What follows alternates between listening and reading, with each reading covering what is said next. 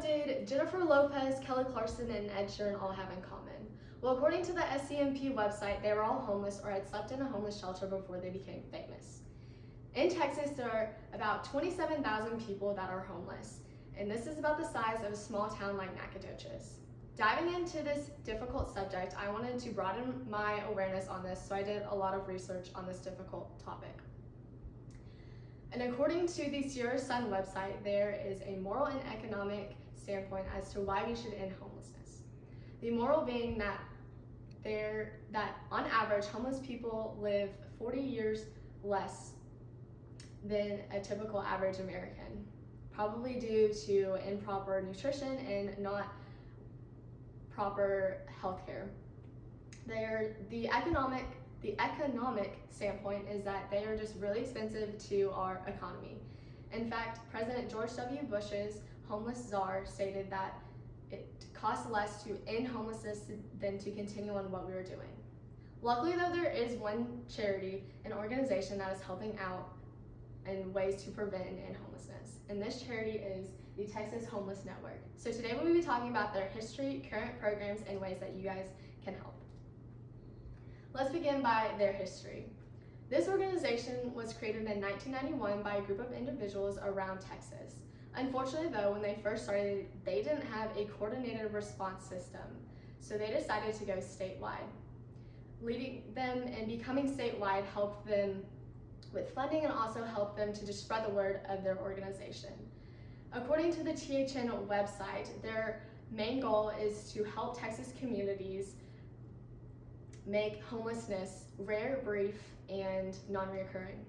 They're based off in Austin, Texas, and when they first started in the 1990s, they helped establish 36 coalitions. Now that we know the history, let's move on to their current programs. Overall, they help all 27,000 homeless people in the state of Texas. They serve 215 counties in Texas and have a $1.9 million budget thanks to the help of y'all through donations, memberships, conferences, and grants. They have three primary areas that they focus on.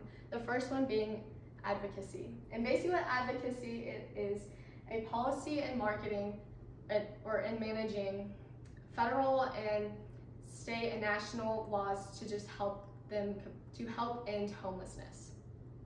Unfortunately though, a law that just recently passed was that they would start criminalizing homeless people. In my personal opinion, I don't think that is right because that's no way to end this horrible crisis. Another way that they help is through their resources, and they actually use data to talk and discuss among all of those 215 counties, and also they educate those 215 counties and their members through conferences and one-on-one. And according to the THN website, they are currently focusing on launching an advocacy academy, which basically means that people who were homeless, they are talking to them on ways on how we can just promote and just end homelessness. Now that we know the current programs, let's talk about ways that you guys can help.